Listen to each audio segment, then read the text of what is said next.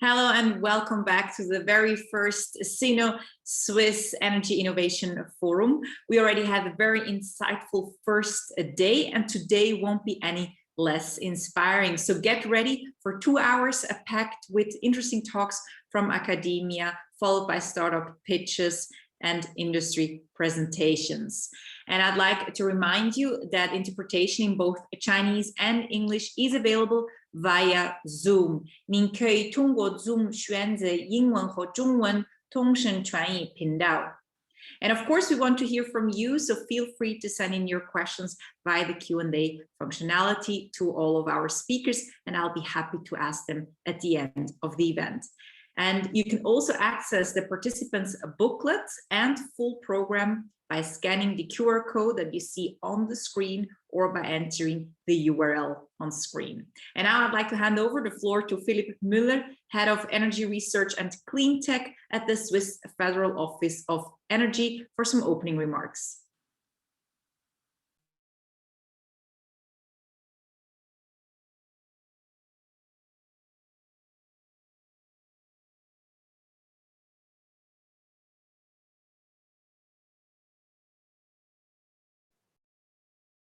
Hello, everybody. Hope you can hear me. Yes. Okay, very nice. So it's no longer a secret, with a carbon-based and growth-orientated economy on the one hand, and on the other hand, only one single planet, the equation does not work. The cartoon of Patrick Chapat, a Swiss, in the New York Times, makes a very accurate point. We are the problem, and we have actively to resolve it ourselves. That is tricky, of course, because we need to accept that our way of doing things is maybe not so intelligent, even if it worked quite well until now.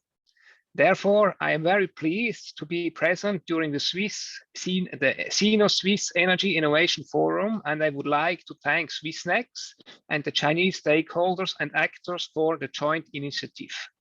I am convinced that the collaboration between the scientific community of different nations is essential to move things forward in the necessary speed.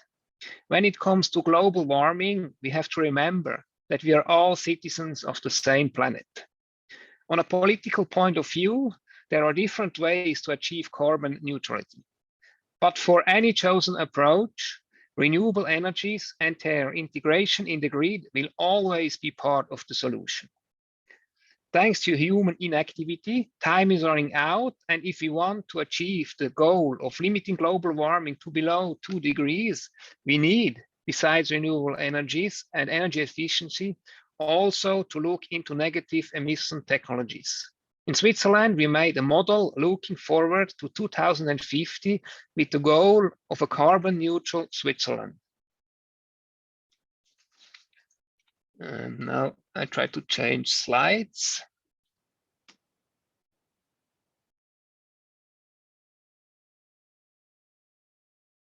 Okay, so no problem. The results of this study into 2050 shows that the efforts of energy efficiency and renewable energy will not be sufficient.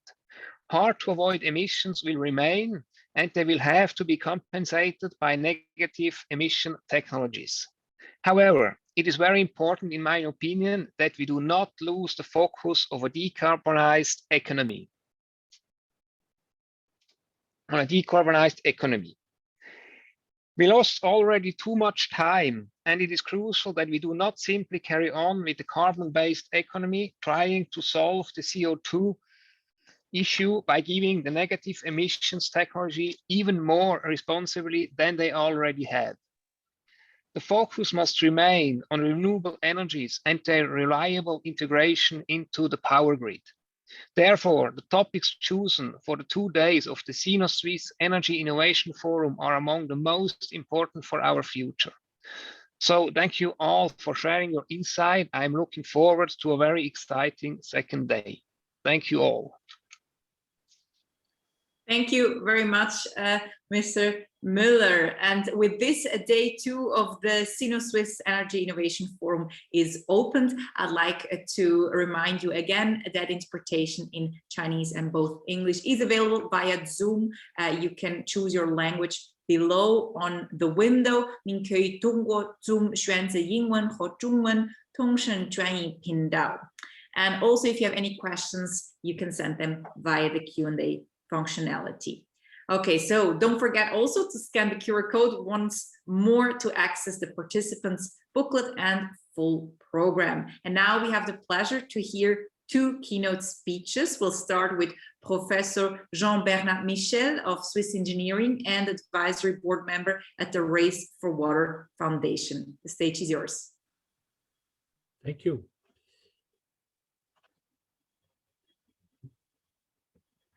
Try to share my screen. Can you see it?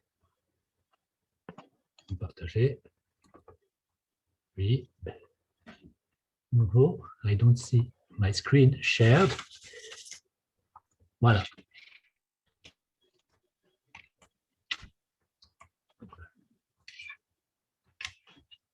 So, good afternoon, China. Good morning, Switzerland. Many thanks to SwissNext for inviting me. I am very happy to know that many friends and colleagues attend this forum. My topic is somewhat unusual in the field of renewables, since I will speak about plastic waste, clearly a non-renewable resource for the great majority of plastic we consume. We know that the consumption of plastic is exponential.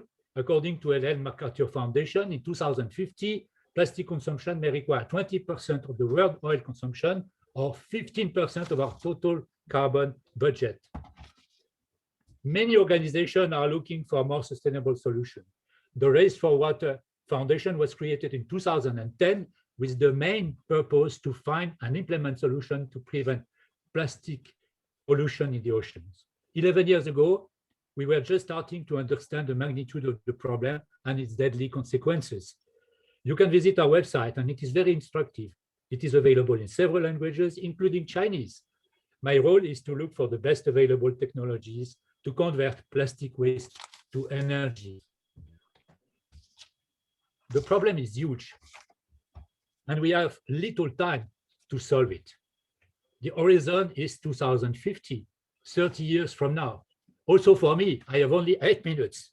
At the end of my presentation, there will be 180 tons more plastic in the oceans, the content of about 8 garbage trucks. So I will try to be short and answer some of these questions. The most general goal is to produce, use, and dispose plastic in a sustainable way. But are we willing to do it? Can we do it? Before that, allow me a metaphor. The consumption of our industrial era has given life to 2 evils: the dragon of global warming striking everywhere on our Earth, and the dragon of plastic pollution striking our air, our soil, and our water. I learned that in a Chinese culture, dragons are symbol of power, particularly with control over water, but also of wealth and good luck for people who are worthy of it. So they represent both good and evil, unlike in the Western culture. Looking at the IEA statistics, we see that the largest amount of renewable energy comes from biomass and waste, with about 10% of the total on the supply side and on the consumption side, about 1 gigaton of oil equivalent. Now, let's look at another aspect, the non-energy use of fossil fuels to produce plastic, rubber, and other chemicals. According to the statistics, this represents almost 1 gigaton. So if we want to move to a truly circular economy, we should use biomass to produce these very important materials for our society. And only end-of-life bio-based materials should be converted into energy. This is the so-called biorefinery concept, where biomass is used in a cascade way. If we continue to produce plastic from fossil fuel, we will continue to rely on oil refineries and all the consequences of that. It is now an established fact that the plastics that have been used until now are not only accumulating in the seas, they are also the most serious threat to ocean ecosystems and human health. Plastic objects are broken down into very, very small millions of microplastics. They contain biocontaminants and endocrine disruptors that accumulate along the food chain. Many studies demonstrate their toxicity for animals and humans: cancer, obesity, diabetes, allergy, thyroid disease, infertility. Oh, excuse me. So what can we do? We can't pretend there is no problem and continue to dump plastic into landfill or in the sea. We know that only a very small fraction of the plastic can be recycled and is recycled, such as PET. But what to do with most of the waste? Until the time when all plastics can be recycled as new plastic, we found that pyrolysis offers the best alternative to landfill and incineration: higher overall energy efficiency, lower carbon footprint, lower energy costs. In low-income countries, the goal is to give a value to the waste using plastic to energy systems. We can then pay street collectors with the income generated by the sale of the fuels we produce. We have here a kind of circular economy. In industrial countries, we can do something similar, but collecting companies will get paid by the government taxes to collect the waste. These are pictures and data from a project I am working on in Switzerland with several industrial and academic partners. The objective is to collect waste from several local sources, as you can see here, from farmers, supermarket packaging waste, electric meters that are being replaced, and electric cables. The energy production could be in the form of heat and power, or simply as a feed for the oil refinery. I reviewed about 25 large and small plastic demonstration projects, starting at about 1,000 tons per year to 100,000 tons per year. There are two main classes of technologies, as you can see here: medium temperature pyrolysis at about 400 degrees Celsius and high temperature at about 800 degrees C, also called pyrogasification. The first ones are the most mature and widespread. The main output stream is a liquid fuel like heavy fuel oil. The second one is producing a rich syngas, which is about 70% of the mass input, but there are only very few commercial projects. I found only 3 of them. Fuel products can be commercialized in different ways: by sale to a refinery, by heat and power generation, if one can use the heat locally, and by conversion to better value products like hydrogen, methane. But more data are needed to know what happens to the plastic additives and heavy metals, and what to do with the solid residues, especially for medium temperature pyrolysis. I will conclude with some key messages. Yes, we can produce, use, and dispose plastic in a sustainable way. Landfill is not an option to deal with non-renewable plastic waste. Incineration is too expensive, and it leaves about 30% secondary waste. Gasification is too expensive and not mature enough. Pyrolysis remains the best available option, and is also the best option regarding environmental impact and economy. It's better than all the other options. Thank you for your attention. Thank you very much, Jean-Bernard, a very important topic there. Our next keynote speaker is Dr. Long Chao Zhou, Deputy Director of Technology Management at the China Energy Conservation and Environmental Protection Group. Please, the floor is yours. Thank you, Tanya, just for the floor. And I need to really express my gratitude to my friend Felix for Swiss Next invitation. Today, my presentation topic is towards carbon neutrality. And, you know, China just made a commitment to reach carbon neutrality by 2060. And what's the current status? Nowadays, our electricity just comes from renewables, represents 29.5% of the total. And for the non-fossil energy, about 16% just come from just non-fossil. And the coal remains still at a quite high level at 56.8% of our total energy consumption. So that means we need really to intensify our efforts in the next decades. By 2030, the Chinese government aims to just increase total capacity of solar and wind about 1,200 gigawatts. You know, nowadays it's really necessary to install 10 or 20% of such capacity for storage. That means also very just promising market size for energy storage solutions. We have only now 1 gigawatt installed electrochemical storage capacity and 30 gigawatts for pumping stations. And on the right side, that's a chart just about the evolution of the renewables in the Chinese energy mix. And you can see that just by in 2060, we could reach just more than 70% renewables in our total energy supply. So CSEP, the China Energy Conservation and Environmental Protection Group, for which just I work, just we really have a very just important responsibility to contribute to reaching such a neutral goal.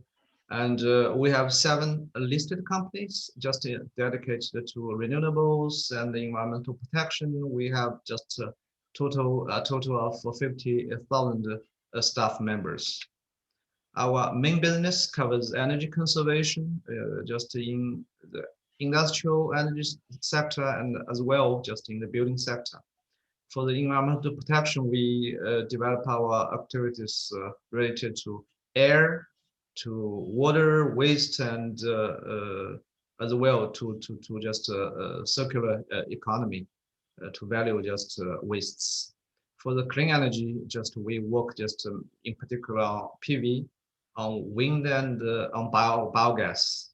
One component biohealth, and as well just we provide consulting service to Chinese government for playing just technology catalog.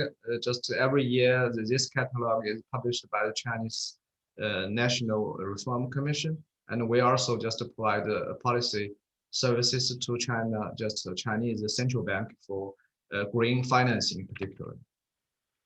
For the renewables, just in the field of PV power station, just I can show some examples. For example, the blue picture is our 80 just megawatts plant combining wind, solar, and fishery, just in the coastal province of Jiangsu.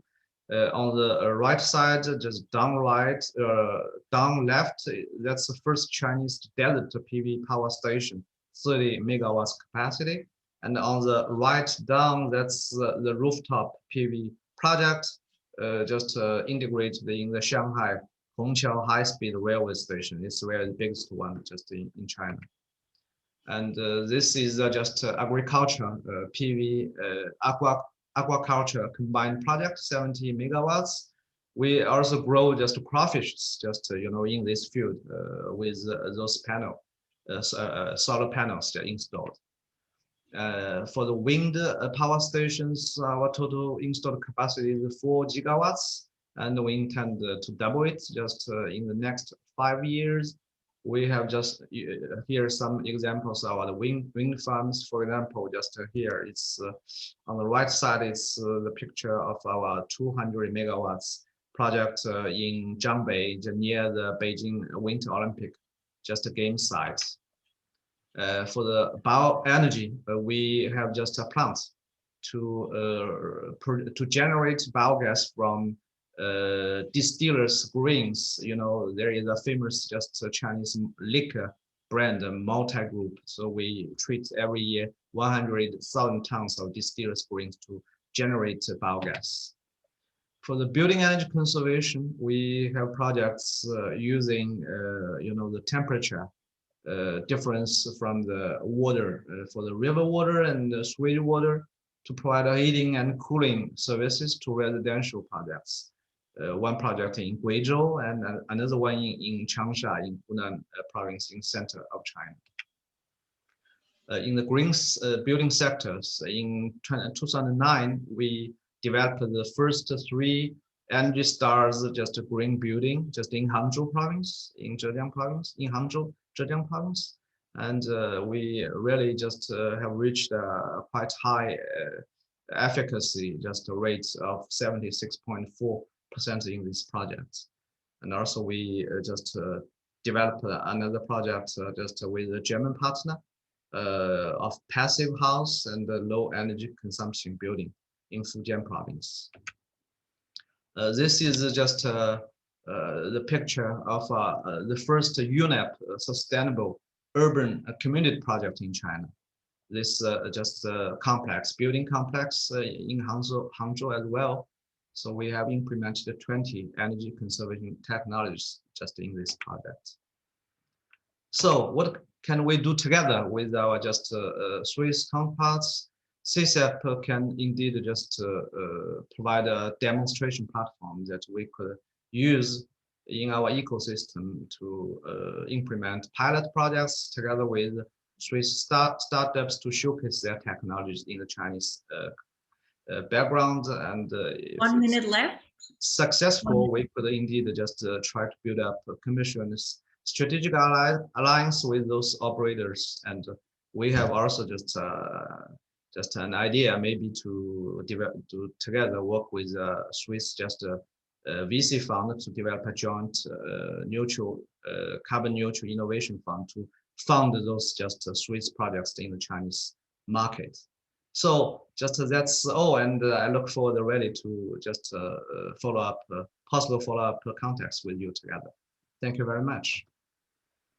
Thank you very much, Dr. Joe. And with those 2 insightful keynotes, we'll move to 5 short academic presentations, and we'll start with Professor Domenico Giardini, head of the Seismology and Geodynamics group at ETH Zurich. So you see all the presentations you will see ahead on the screen right now, all the speakers, and we'll start with Professor Domenico Giardini. The floor is yours.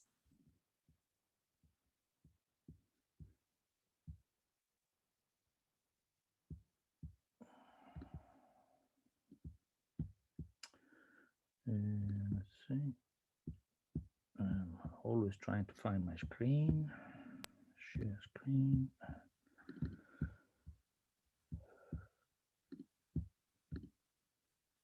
You see my slides? Yes, looks good. Thank you. Perfect. Good morning. Welcome to everybody. I will speak in my role of head of the Swiss Competence Center on Energy Research, supply of electricity. Scenario modeling for the future is extremely important. This is how our government and all governments base their policy, how industry decides where to invest and not invest. And in Switzerland, this has taken 2 phases. The Federal Council decided that they will not renew our stock of nuclear power plants after the Fukushima accident, and so they will let them go to the end of their lifetime. By 2035, we will not have any more nuclear power plants in Switzerland active. In 2013, the Federal Council launched the Energy Strategy 2050, and that included establishing 8 Swiss Competence Center on Energy Research. I led the one on supply of electricity. And one of the key activity was to bring together all the 8 competence center on a joint activity for scenario modeling to provide to the government future scenarios. In 2018, then came the energy law that was approved by public and by the government. Since then, the numbers are already changing. This is just to show you how dynamic it is. The main dynamic was that last year, the Federal Council approved, as it was shown at the beginning of the presentation today, approved the targets for net zero emission for our society for both greenhouse gas emissions by 2050. Net zero means net zero for the whole societal sectors. So in 2020, the Federal Office of Energy had a big scenario modeling with a change of the energy strategies, now called 2050 plus.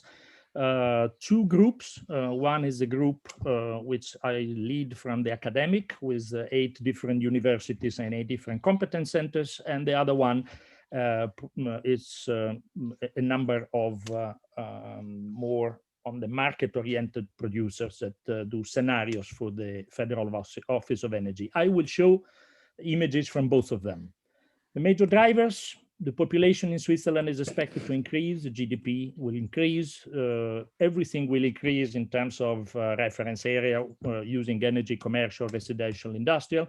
And of course, temperature is going up very fast and emissions are going up very fast in Switzerland, and that's what we want to cut. Now, definition of net zero is one of the major changes in all these scenarios.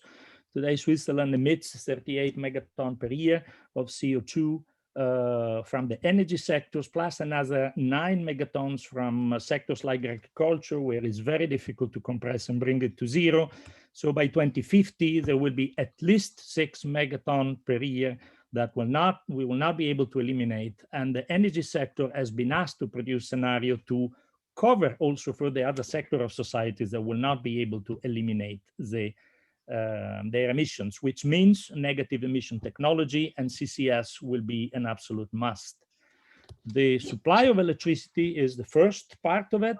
Today, electricity in Switzerland is entirely renewable. We have about 60% of water and about 36% of nuclear. By 2050, the nuclear will phase out. We need to increase hydro. We need a large quantity of new renewables, and we will have in the middle a period of about 20 years where imports or thermal plants with CCS will need to be used. The change respect to the scenarios of only 2 years ago is that now we accept that we will need at least 30% more electricity production, electricity use and supply that we were foreseen up to only 2 years ago. Where is all these renewables coming from? A large part, the scenarios vary, of course, depending on what you consider, but a large part is going to be photovoltaic and minor components of wind, geothermal, and biogas. Now, this is just the amount of electricity that we will need, which is 10 times higher than we have today. More impressive is actually the installed capacity. The installed capacity with respect to where we are today will have to increase by a factor of 3, largely in photovoltaic, because of course photovoltaic is not always producing, and in Switzerland is often cloudy, so this will require massive amount of seasonal storage and an increase of the installed capacity in Switzerland by a factor of 3. Capacity was always quite stable in Switzerland. Now we will really have to go up by a lot. Summer and winter, we are a relatively small country. We cannot compensate across latitude. So it's important for us to compensate with countries outside of our borders. What it means is that in winter months, we will be a net importer of large amount of electricity. In summer months, we will be a net exporter of electricity. We'll have excess capacity and we will then export. Of course, all the other European countries will want to do the same. So scenarios like this look good on paper, but they will have to really be made much more concrete as we move into the future. Now, the use of electricity, as I said, will increase. The two main use of electricity which we will really need in the future will be for especially heat pumps for houses, because we need to replace all the oil, and for mobility. These are two elements that are not under discussion, are coming, and are firm elements of the national strategy. Another firm element is the use of heat. The use of heat will more than double respect to today, and will be used largely for home heating. That's where the majority will go, but coming again from heat pumps. Now, the path to negative emissions, there are several paths. Here I just show results from 3 scenarios, and of course they differ a lot. We have extreme scenarios where if we add the math and we do everything right, we come to negative emissions. One more conservative scenario will still leave us with a lot of CO2 emissions. So the capture will have to really become very significant and will have to increase year by year. We cannot wait for 2050.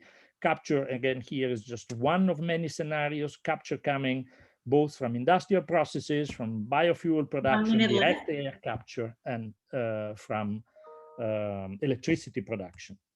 This is just translated the capture and the cycle of the CO2 in one scheme. You see how these are complicated. You see how these numbers with 1 or 2 decimals add up. Of course, this is not how 2050 will look like, but we are going into that direction where interplay between the atmosphere, between our society in the middle, and between the subsurface. So it's interplay between these 3 domains will be required to start decreasing the CO2 from the atmosphere. We will not be able as a single country to, of course, influence the globe, but we will not also be able to reach zero net emission unless we start getting it out from the atmosphere. A few conclusions. How to use the summer production. We will have excess. We can, of course, export it, but we will go more and more towards storage. Day-night shift for short-term storage, power to heat for thermal storage, and power to hydrogen, power to X for seasonal storage.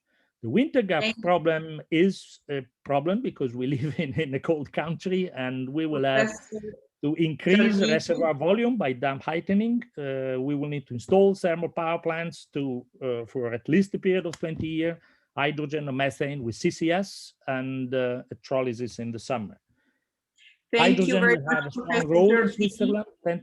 I have to stop you, unfortunately. We're very strict with the 8 minutes. Oh, it's okay. I was done. That was my last slide. It's fine. Okay, So hydrogen will also play a big role. Thank you very much for the attention. Okay, thank you very much, Professor Giordini. And up next, we have Professor Muhammad Kaya Naseruddin,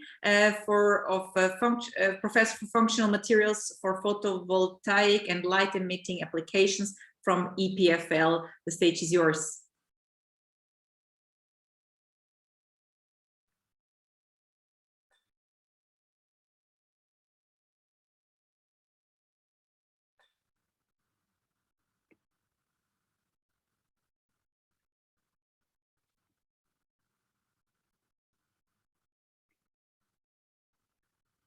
Good morning and good afternoon. First of all, I would like to thank Felix for inviting us and all his team for organizing this Swiss China forum. So today I'm going to present a new technology that's called perovskite solar cells. So my name is Naseruddin. I'm working at EPFL. I have other associated affiliations. So now, what is the technology which I'm going to present? So here is the one which I'm showing you. On the right side, what you see, can you see my arrow? This is on the right side. This is the new technology called perovskite solar cells. On the left side, we have a silicon solar cells. And if you look at the power conversion efficiency of perovskite solar cells, which is around 25.5% today. And now silicon solar cells are in the range of 26. But what is the difference between these two technologies? And if you look at the silicon solar cells, it's a highly energy intensive, requiring over 1,400 degrees temperature. And also you have to convert silicon dioxide into metallic silica, followed by ingots and slicing. So all these technologically intensive and energy intensive processes is giving 26% efficiency. On the contrary, the right side, which I'm showing you, the solution process, very cheap technology, which the materials are abundantly available, and it's all solution processed at 120 degrees temperature. This contrasts with the silicon solar cells efficiency, around 25.5% efficiency. And coming back to the carbon dioxide, silicon solar cells produce a huge amount of carbon dioxide. On the contrary, our new technology, they don't produce CO2 in this scenario. But what is perovskite material actually? Here I have shown people who are not very familiar with the perovskite. So they have a ABX3 type of formula. A is this type of organic cation. The B is a lead2+ and tin2+, and X is a halide. And combining these three material compositions gives enormous interesting properties That's a strong light absorption similar to silicon solar cells absorption. The tunable band gap, we can change its properties unlike the silicon solar cells, and the excitation, the dissociation energy is very small. So here is the spectral properties, which I am showing you on the left side.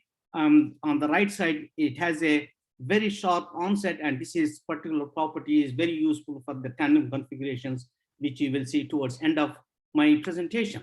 So this is the cell configuration. It's a very simple configuration. We take a conducting glass and deposit various layers of these solar cell materials in a systematic fashion by using only solution processing. And that gives you already 24 in the laboratory conditions, but the certified efficiency is, we sent to the Newport and we got the certification around 24 plus or minus 0.77. So the efficiencies are extremely high for this new technology. And now we can go for the building a mini modules.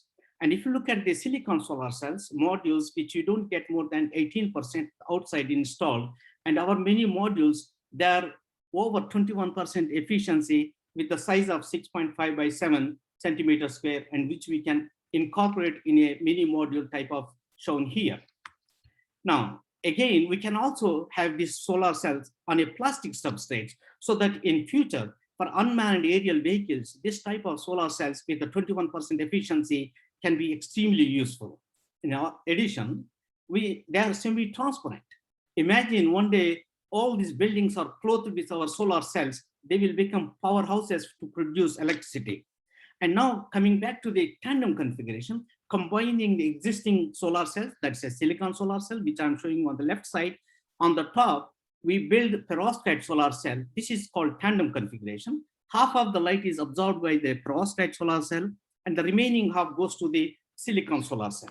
And having this type of combination goes beyond the thermodynamic limits efficiency. That's over 29% efficiency, very recently reported by Berlin group. So this efficiency can reach even higher to 32% efficiency. So the future is enormous using this type of tandem configuration. And in particularly, if we go for the bifacial configuration, the efficiency can be even higher. So now coming back to what are the advantages of this new technology compared to the existing ones. So primary energy demand, let's say when we are making these solar cells for 1 square meter, so the silicon solar cells requires 3,000 millijoules of the energy. On the contrary, perovskite solar cells requires only 300 millijoules of electricity. Now, if we want to produce this consumed electricity, that's the energy payback time. For silicon solar cells, it requires over 1 year. For the perovskite solar cells, it requires less than 2 months. So these are the advantages of perovskite solar cells. And with this, I would like to thank the organizers and my group members who has contributed, and thank you for listening my presentation. Thank you very much, Professor. And we move with that to our next presentation. I'd like to welcome Professor Bo-Tien Lin, Dean of the China Institute for Studies in Energy Policy of Xiamen University. The floor is yours. And Professor Muhammad, please, you can turn off your mic and microphone. Thank you. 谢谢啊，大家好，我是厦门大学的林国强，然后呢，很高兴参加这次讨论。我今天要讲的呢，其实是就是主要还是把这个注意力放在清洁能源发展上头。那么呢，我们都知道说，中国接下来要建立一个以清洁能源为主体的电力系统。那么这个电力系统，目前这个电力系统看过去呢，就是说我们需要有多少清洁能源，然后多少接下来多少火电这其实是目前这个问题的一个焦点。那么我们看一看这个2020年的话，中国的专机结构跟电量结构。那么专机结构我们可以看到说，风电跟光伏呢大概占24%左右。那么呢，但是它的贡献只有9%。但是如果仅仅看这个清洁能源目前这个的发展以及火电的这个相应的那个减少中国的火电大概在这近10年来大概减少了10%左右。那么也就是说，我们的电动汽车，中国电动汽车大概这10年干净了10%左右。但是现在比较大的问题就是说可再生能源的贡献还是比较小，它20%的那个24的装机，但只有9%的那个贡献。核电呢，另外一方面它只有2%的装机，但是它贡献了接近5%的电量。所以说呢，那个现在这个情况就是说我们现在就很难去，目前特别在这个阶段，就很难去考量说清洁能源的增长应该以多快的速度。那么我们目前的规划目标是否还是够的？我刚才讲这个电力结构呢，主要火电这边所谓火电，主要是以煤发电为主。天然气占的比例非常小，我们一直在试图说增加天然气，但因为天然气中国没有天然气，而且天然气的那个它目前的一些价格机制什么还是有问题的，所以天然气看来是增长的那个在电力方面增长的速度还是会比较慢。下一章，那么我们来看看它的就是利用小时，这边利用小时就简单的把那个发电量除以装机总量，这个就利用小时。那么看过去的话，这边有几个重要的点，就是说风电跟光伏它的利用小时数确实在增加，这近几年来一直在增加，特别是风电这边就很明显。所以中国这个销大的问题呢，的确在逐步的得到解决。但即使这样子的话，风电跟光伏的利用小时数还是很低风电20小时有效，光伏12个小时，所以其实差不多，彼此。所以呢，因为这样子比较低的利用小时数呢，我们就不能高估这个装机容量给这个整个电力系统带来的贡献。那么呢，那个另外一个特点就是火电，就是特别是煤电这边利用小时数呢不断在降低看得清楚，就那个灰色的那一条它不断在降低。那么这边呢，就说他们的地位呢已经慢慢在改变了。现在呢，更多的参与调峰，参与保证系统稳定，还有网络安全这个是中国火电目前一个比较大的变化。下一页。那么我们呢，根据目前的政府的规划来做一个简单的模拟算一算这个会什么样的情况。那么中国目前政府两个比较重要的规划，一个是非化石能源占25%到2030年。那么呢，那个风电跟光伏的装机是12亿。所以说呢，这两者呢，作为一个很基本的一个目标。接下来我们可以做一些比较简单的那个假定，比如说一次能源增长2%，然后呢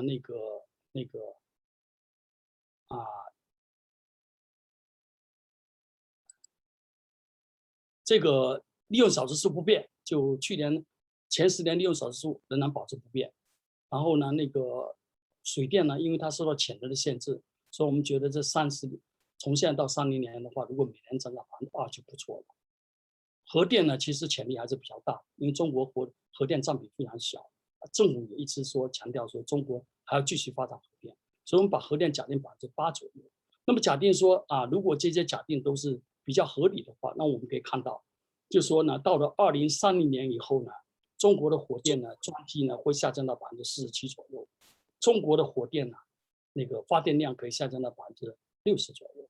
那么呢，跟现在相比呢，大概可以下降8%，也就是说，从现在开始，大概每年1%的下降，就是火电的煤电的那个发电量，大概可以每年以1%的左右的那个速度下降。那么呢，风电跟光伏呢，那个比例会大幅度上涨。所以说呢，这个是假定说那个人均就年均的电力需求是3%。我们做了那么多假定，但这边有一个很重要的假定，就是电力需求只增长3%。那我们再来看另外一个情境，下一页。那么另外一个情景就是假定说，如果电力需求增长5%的话，那么这个情况就不是很好了。如果还是假定还是一样的假定，把电力需求增长5%，那我们就可以看到说，其实呢，那个电力装机会下降，但下降的不是很多。那么电量呢，就差不多还是跟现在一样，就是说你现实情况就是说，如果假定说，如果电力需求从现在到30年的话，每年增长5%，然后目前这些我们刚才讲的那政府的目标跟假定都不变的话，那么我们很可能看到，就是说火电的这个贡献呢，从30年跟现在差别不是很大，就占比哈。我这边不是说解读量，我想说占比其实差别不是很大。那么也就是说呢，假定说如果我们搞了很多的电动汽车，那么到那个时候电动汽车跟现在差不多一样干净，干净不了多少。所以说呢，其实呢，这个政府呢这个目标呢现在看来的话，就是说跟电力需求必须有一定的相匹配。下一页。1 minute left. 那么他的那个得出的一些他这些结论跟建议，就是说，目前这个12亿的这个装机的话，风电跟光伏的装机呢，可能不够对于减少这个火电在这个一次能源在这个电力系统当中的比例呢，可能不够，除非你能维持一个非常低的电力需求，那么就是说必须在3%以下，那么我们才10年以后可以看到说这个火电可以下降8%到10%之间。所以说呢，这边呢有必要就是说尽可能的加大可再生能源的占比。那么呢，只有可再生能源占比呢足够大，才有可能说去满足增量，同时替代存量。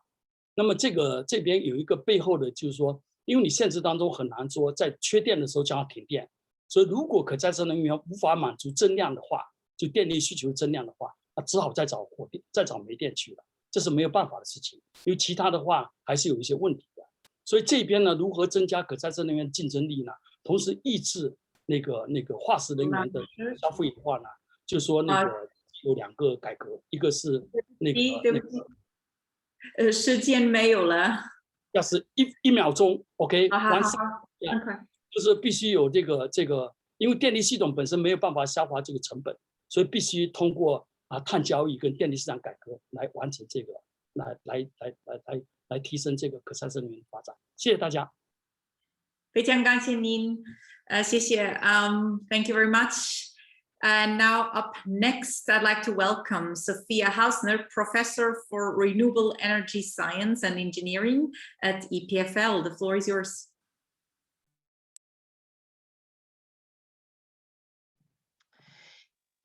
Yeah, good morning, good afternoon, everyone, and thank you for having me here at this Sino-Swiss meeting. I'm excited to share with you, I hope you can see the presentation mode. I'm excited to share with you some of our activities. So this is just my laboratory as one example of many of Swiss laboratories who do research on renewable energies. And what I will show today particularly is our activities on solar hydrogen generation devices. And I will show you how we started with just an idea and how we ended up with a scaled system, which we also try to commercialize now. If you think about solar energy, there are different ways how you can use it to make fuels. And so here are just these pathways. On the right side, you can see photo-driven approaches. And I will specifically later talk about these photoelectrochemical approaches. But you have also on the opposite side of the spectrum, thermal-driven ideas, which include solar thermolysis or solar thermochemistry. So you take water or potentially CO2 or also nitrogen, and you split it into hydrogen and CO and other hydrocarbons. So the ones on the left side, they are mostly working with high temperatures. The ones on the right side are mostly working with photons and the photon energy. And then you can maybe think also if there is something in between, which makes use actually of both, of thermal as well as the photon energy. So if you think about the solar spectrum, if I would just do photoelectrochemistry, I will be limited in using part of this spectrum because I'm using semiconductor material with a certain band gap. So is there a way to actually thermally integrate a photoelectrochemical device and therefore push the efficiency beyond what was up to now perceived as limits? And so I show you the pathway in actually designing and demonstrating such a thermally integrated PC device for splitting water with sunlight into hydrogen. So this is the original idea of a photoelectrochemical device. You have one semiconducting material. When you have a photon with enough energy, you generate electron-hole pairs. The holes you use in the water oxidation reaction and the electrons you use for the production of hydrogen. And this was demonstrated in the 70s, but then it turned out that you have very stringent material requirements. And even though it looks simple, it's actually not very it's not achievable in terms of having an efficient, stable, and also cost competitive device. And so what instead has been done is a functional decoupling of materials. So other materials have been added, co-catalysts, for example, to make everything more selective, protecting layers to make everything more stable, multiple photoabsorber to make it more efficient, and then also separators to ensure that you produce a clean stream of hydrogen, oxygen. So it really has become much more an integrational challenge, these photoelectrochemical systems. And up to now, only few implementations of working device have actually been demonstrated, and no one has ever shown that thermal integration can be done and can potentially benefit. One more thing which we took into account at the beginning of this investigation, namely that we targeted high power density because we know from other electrochemical application that that means that you're economically competitive. And we did some techno-economic analysis also on this one. You see here efficiency as a function, logarithmically, function of cost, and you can see that there are certain design options. So all these different points and lines show design option. We have here a set of design options that are particularly interesting. They have high efficiency, low cost, and these options all utilize concentrated radiation for photoelectricity. So irradiation concentration can help make your device more economically competitive. And then even more so, thermal management now becomes a critical part. So how would you design a device that has never been designed before? You would start with complicated simulation of this multi-physical process. That's what we did. And ultimately, that's the design we arrived at. And here you can see the physical implementation. You have here the reactant, that's the water, is entering the device here from the bottom. And then it is traveling over the photoelectrochemical cell. So this is the photoactive part over here first. Through the glass, concentrated radiation enters. And then in the back here is the electrochemical reaction that is taking place. This is our high flux solar simulator. And here is the device mounted so that we can test this indoors under controlled condition. And turns out we have a very well performing device. You can see the hydrogen production rates as a function of the irradiation concentration, which was slowly increased here. The maximum which we're able to show is a concentration of 474. That means the device of 2 by 2 centimeter photoactive area is a device of 30 watts. Here you can see some other characteristics. Probably the most interesting one is the efficiency, solar to hydrogen efficiency of 70%. So very interesting numbers already, thinking further down the road if you want to make this into a technology and sell it. Now, I could tell you any number, maybe it wouldn't tell you very much whether that is a competitive number or not. So what we did is also we analyzed what other demonstrations are in this field and how do we compare. You see that all these demonstrations, which are made up of different materials for the photoabsorber, for the catalyst, they have different design options. They are all asymptotically reaching a limit, and that's the 3-junction semiconductor or Schottky-Queisser limit at 1 sun. And only if you push to concentrated radiation, you can overcome this limit.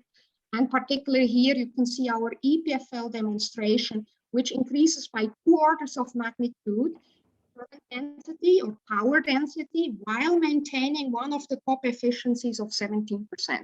So I hope now you believe me more that the 17% is quite an interesting number. And this was so interesting to us that we went the next step, we scaled it, and we tested it outdoors. 1 minute By the left. way, these are the competitors in our field, and you can see that we are competing worldwide for these types of devices. So here is this large-scale demonstration. This is a dish on a solar dish concentrating here with 70-meter diameter at peak power, about 40 kilowatts of solar radiation. In the focal spot, we put the scaled version of the device, and here you can just see 4 days of summer, how it is performing with different irradiation profiles. On the left upper corner, you see different production rates, a nice 2-to-1 ratio of hydrogen oxygen, efficiencies which are 20% for the hydrogen production and above 40% if you make this into a cogeneration system. And so this is where I will stop. It's the first time large-scale demo, 0.5 kilogram of hydrogen per day, roughly on a kilowatt scale, multi-season. So we have done demos in summer and winter, and it's actually on sun. So we're really experiencing the dynamics in the system. And you will later hear from our startup company, so high tech, how this is now commercialized and is entering the market. Thank you for your attention. Thank you very much, Professor Hausner. And up next, we have our last academic presentation by Dr. Petrissa Eckley, Executive Director of the Sustainability in Business Lab at ETH Zurich.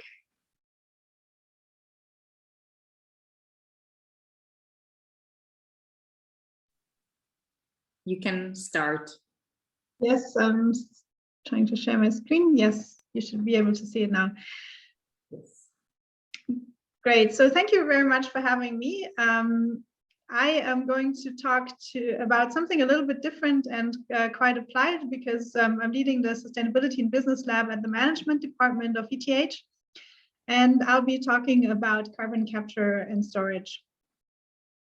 And as you have probably seen, Switzerland is one of the countries that has committed to actually reaching net zero emissions by 2050. And it's not even just net zero carbon emissions, it's net zero greenhouse gas emissions, so quite an ambitious goal.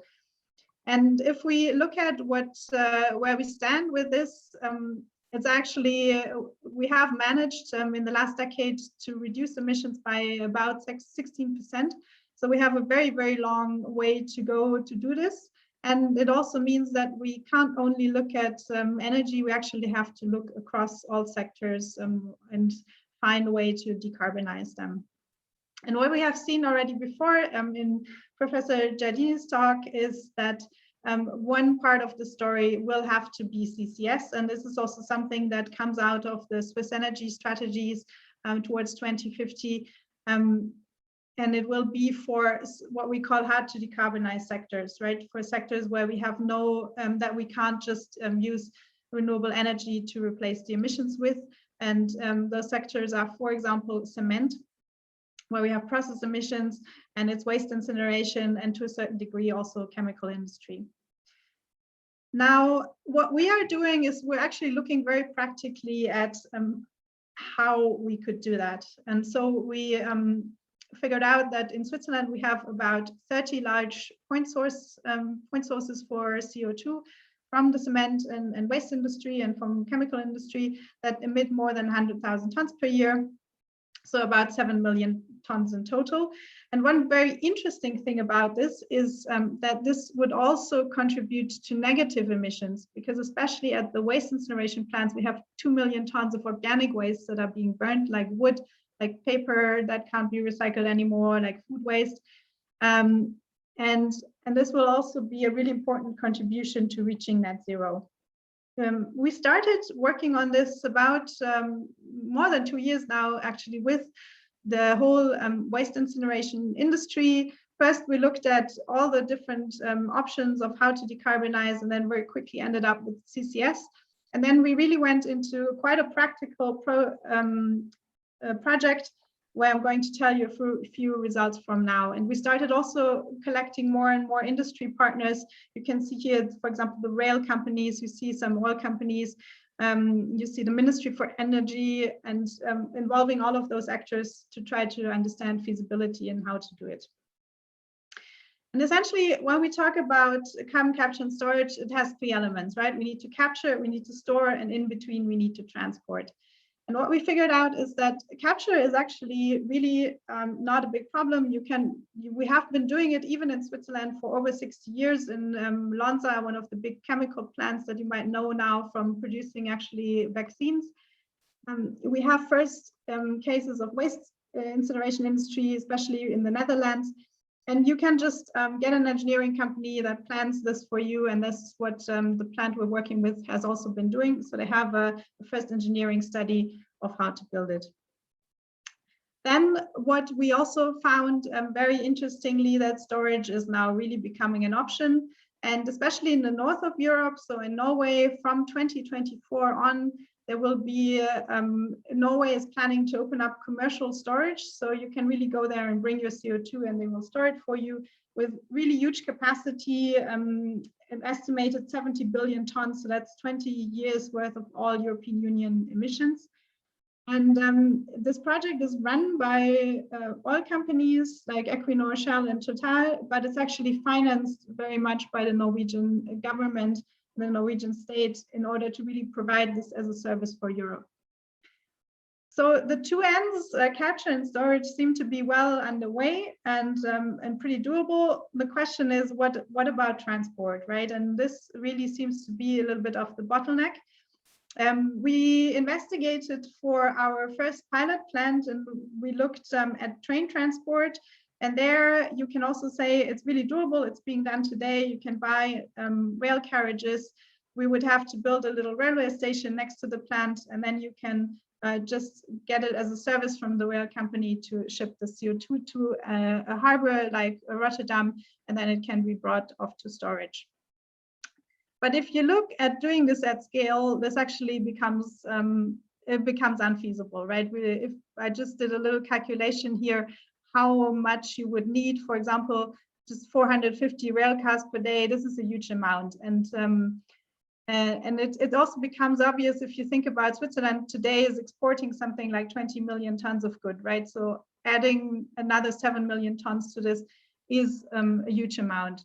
So the way to do this is usually you need to build a pipeline, and this is how you transport quantities like this. And this also what we did. We started investigating how this could look like, and we have some first numbers around the feasibility of this. And we started investigating which pressures could you use, how many compressor stations would you need, and so we come out with a few billion in cost and a first feasibility. This might sound like a lot, but actually the good thing about it is if you think about it, for example, compared to wastewater infrastructure, it only is about 1/10 of the cost. And the reason for this is that we're really only talking about these 30 different big point sources. And for this infrastructure, we don't need to go to every single household, right? So you actually only have to build this sort of backbone, which is a much smaller task than a big door-to-door infrastructure. And with this, I just hope that I could show you a little bit that there's quite a big way still to go from when you have the model and you know what to do and you have the plan to then actually implementing it. And what we're working on is now really trying to advance this very concrete planning, trying to do the feasibility, also trying to start a discussion with European partners, because it's 1 minute left. Thank you. It's completely clear that these sort of infrastructures to make it happen can't be done by Switzerland alone. It needs to be a bigger project. There also needs to be a lot of work around how to regulate it and finance it. So framework conditions, I mean, it's clear that CCS doesn't have a business case today, but there's also technical regulations that's missing. All of this needs to be worked out. And then, of course, we need to have a discussion and information about the whole topic, opportunities to exchange about it and learn about CCS. And this is also one of the reasons why I'm here today. Thank you very much, Dr. Eckley. So there's a lot to do, but it seems to be going into the right direction. So this was it for the presentations from academia. We move to the startup world now. Up next, you'll hear 4 pitches. And so we'll start with Laurent Coulot, CEO and co-founder of Insolite. For first pitch, the floor is yours. There is an ongoing competition for land between food and solar power generation. Today we'll show you how Insolite can unlock the agrivoltaic opportunity of combining both without trade-offs. We are developing highly efficient and translucent solar modules designed for agrivoltaics. Our ambition is to open new possibilities of solar deployments that don't affect land use. Our team is on a mission to make this happen, with 15 people combining technical expertise and business skills in the solar industry. We already managed well the transition from lab to rooftop with our pre-series production launch last year. We also succeed in our commercial launch with 400 modules sold to key customers for pilots. Today we are here in our new facilities preparing the next stage of our growth, the commercial ramp-up of our activities. Our Theia module is not only a solar panel, it's an agronomic tool to regulate light on crops. This is made possible by our patented micro-tracking technology, which allows to concentrate direct sunlight on high-efficiency solar cells while transmitting diffuse sunlight to the crops for photosynthesis. The amount of light transmitted and harvested to electricity can be finely adjusted. This innovative technology can replace shading screens, which are typically used to protect crops such as berries. The dynamic light adjustment allows to optimize crop growth over season while harvesting the excess sunlight to produce electricity, enabling a real dual use of the land with no trade-off. On the commercial side, the dual use of land and of the agrivoltaic structure as an agricultural tool enables new revenue streams beyond simple sale of electricity, making the installation business case very compelling. We are looking for a 10 million euro investment to accelerate our commercial developments and launch the serial production. The timing is right. Agrivoltaics is a hot market trend led by regulation and key market players who already acknowledge our product's strong differentiators. Thank you very much. And up next, we'll hear a pitch by Dr. Saurabh Tempurne, CEO and co-founder of Sohitech. Hello, everyone. Let me ask you guys a very simple but very important question. Wouldn't it be great if we could reduce our dependency on current fossil fuels, which are anyway exhausting and are the major cause of damages to our environment?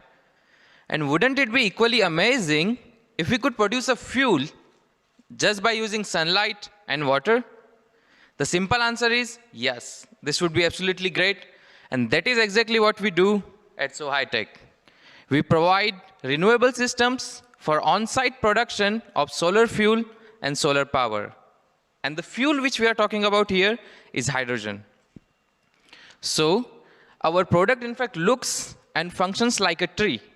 So it comprises of a big parabolic reflector, which collects the sunlight and focuses it onto our groundbreaking patent-pending device, which uses the solar energy and water to produce not only highly pure hydrogen, but also oxygen, electricity, and heat. So it's a true cogeneration system which does it in a much cleaner, greener, and cost-effective way than any other competing solution.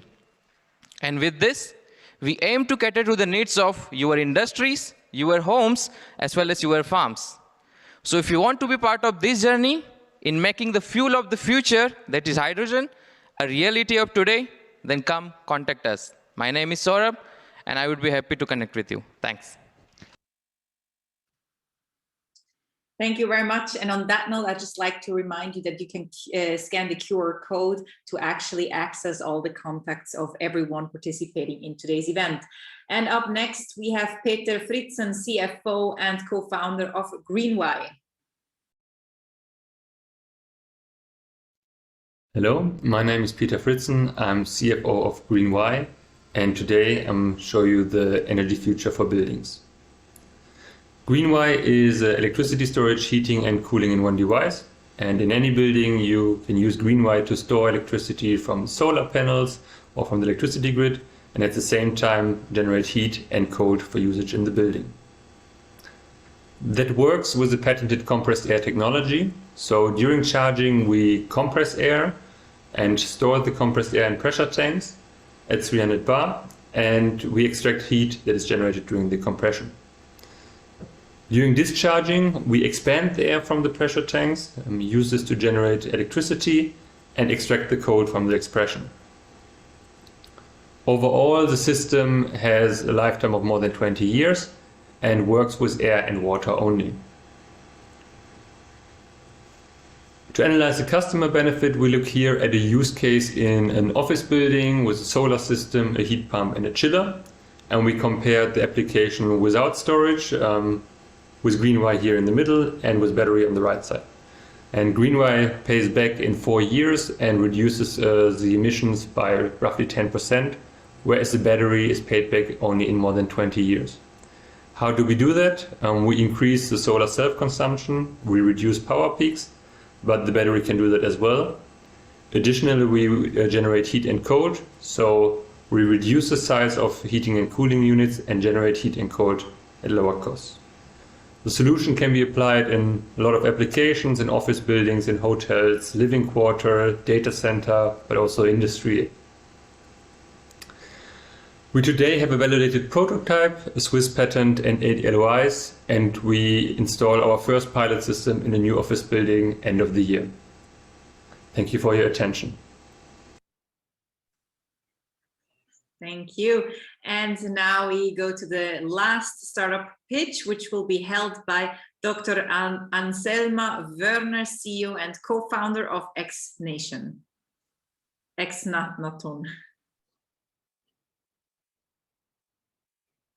Hi, my name is Anselma Werner, and I am a co-founder at Eckley, and I will take you on a little journey into the energy sector today. Now, one of the biggest issues in the energy sector is that energy is considered a boring topic by most consumers. You don't know how much energy you consume or where it comes from. That's a problem, because emissions from energy generation are the dominant cause for climate change. And so we need consumers to understand how they can reduce their emissions, and this needs to be simple and fun. That's why at Eckley, we offer software that enables consumers to track where their energy comes from, how much energy they consume in real time, and it enables the creation of local energy communities where you can buy solar electricity from your neighbor's rooftop or from a local water power plant, for instance.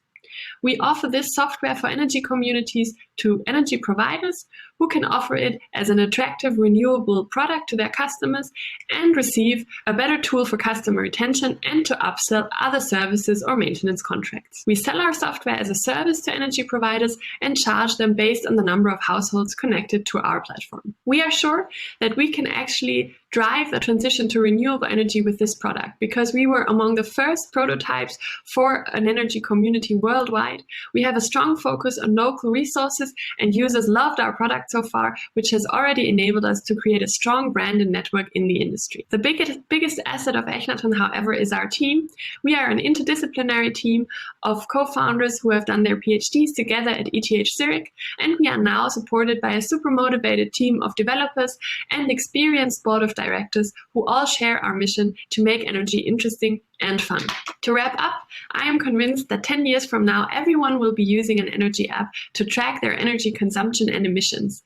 Because the energy market is being disrupted by new technologies at the moment, there is a strong pressure on energy companies to move to renewable energy, and there is a societal trend for sustainability. If you want to jump on board with us and drive the transition to renewables, let me know and let's get started today. Thank you very much. Thank you very much.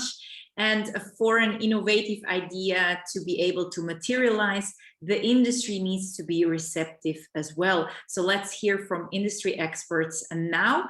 And we start with Eric Schier, Senior Vice President at Schneider Electric. Thank you. And hello, everyone. And I'm Eric Schier from Schneider Electric.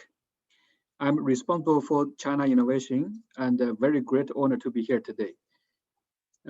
So my sharing today is about sustainable grids for the new electric world. Next page, please. So today, even after the Paris Agreement, and the multitude of pledges from companies, we are still on a trajectory of 3.5 Celsius degree increase in the global temperature. And unfortunately, we start to see the effects everywhere in the world: drought, water shortage, migration, hurricanes, typhoons, etc., etc. If you look at the climate change, it's all about the carbon emissions.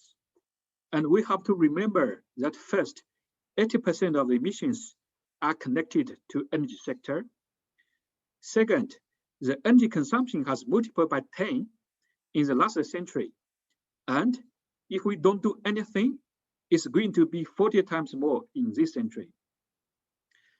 Third, they happen in a world where 60% of the way we manage energy is already inefficient.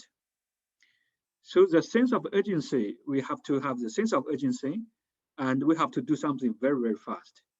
The good news is sustainability today is becoming focus to most companies today. And our best chance to succeed is to identify together the opportunity and coming with this challenge. From the China perspective, it's also very encouraging to see that China has made a strong commitment to net zero, starting from the 14th five-year plan, and this will greatly accelerate the overall global decarbonization journey. Next page, please. There are two major disruptions in the industry we see. The first is about the energy transition. Second is the digitization. We see a big migration in the transportation and the electric vehicle, in buildings for heating, cooling, human-centric, and net zero building. The world will invest more in electricity in the coming 20 years than from the creation of electricity. We also believe that digitization is a key lever to solve climate change.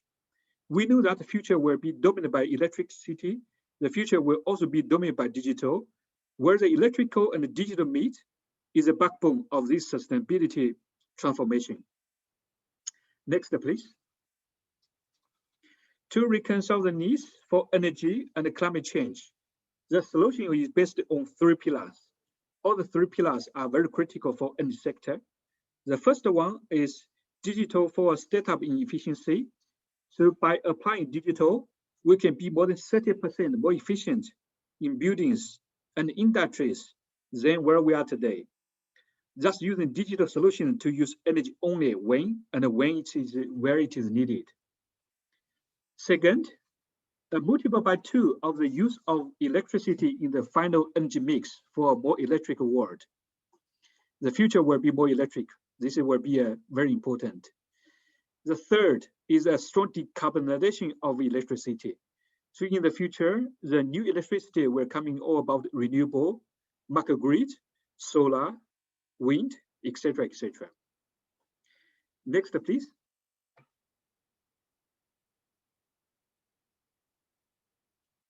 Now, when we look into the future, lots of changes and lots of disruptions, and the future grid will need to be very sustainable, and this is the core of this solution.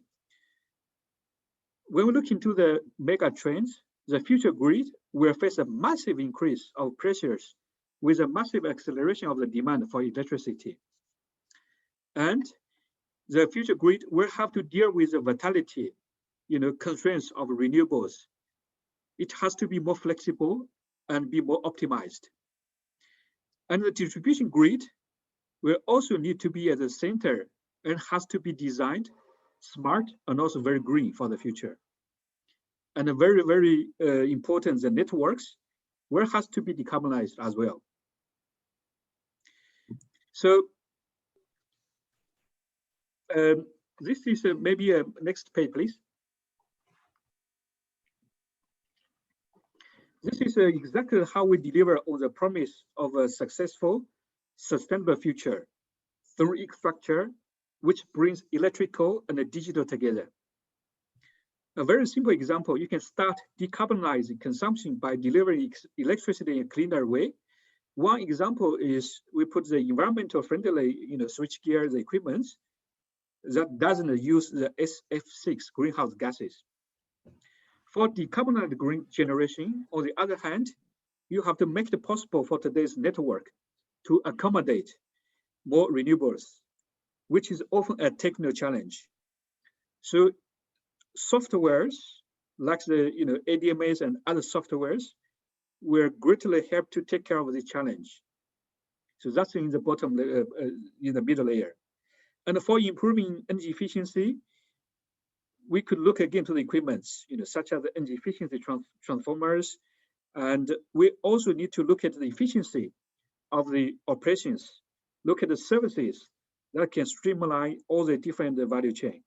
And we have to also use some of the leading technologies which allows the predictive maintenance and to manage in a very highly optimized way of the overall system.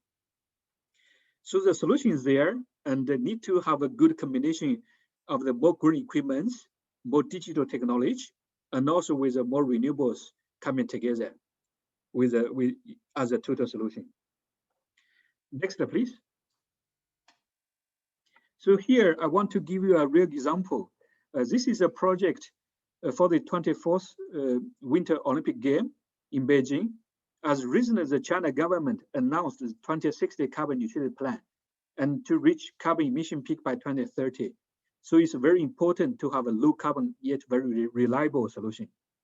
So for these special projects, our solution is to provide green plus digital solution together through EcoStruxure. So actually we offered the green products, including the SF6 free switchgear and the smart bricks. We also provided software which enable predictive maintenance to improve efficiency and reliability. So to summarize, the future is about the electric and the digital. We specialize in bringing these two together in a way that will help the future to be more sustainable. And let's all work very closely together to accelerate the progress towards a net zero carbon future. That's all for my sharing today. Thank you. Thank you very much. And up next, we have Alex Sun, Vice President of Envision Digital and CEO of Total Envision Energy Services Company. The floor is yours. 大家好，我是来自于远景的孙杰，今天非常高兴能够跟大家分享，如何助力中国的工商业企业实现零碳碳中和。那大家都知道，碳中和最近也是非常火的一个话题。那谈到这个碳中和，那必须我们得谈一谈企业面对怎么样的一个碳排放。那一般来说，这个碳排放包括3类，包括范围1、范围2、范围3。那范围1呢，主要是一些生产工艺过程中的一个直接排放，以及自持车辆的一个排放。那范围2呢，主要包括了外购的电力啊、外购的这个热啊、气啊这样的一些带来的排放。那范围3呢，那就更广了，包括了这个供应链，整个的供应链。所以一个企业如果要实现这个全价值链的一个碳中和的话，那要包括了范围1跟范围2还有范围3。这是非常难的一件事儿，但是呢，现在越来越多的企业也在关注这一点。那我接着也介绍一下远景。那远景我们是一家这个绿色科技的一个公司。我除了在这个风电、光伏这一块的一个布局之外，我们还有自己的这个电池业务、储能，包括我们拥有全球最大的智能物联网的操作系统 NOS。当然这里值得一提的是，远景被麻省理工科技评论评为全球50家最聪明的公司之一。远景也是中国第一家加入 RE100的企业，也是第一家承诺在2025年前实现100%可再生能源的目标。当然，这里更为值得一提的是，远景在近期也是对外做出了一个非常大的一个承诺，也是中国第一个在2030年前承诺实现碳中和、价值链碳中和的企业。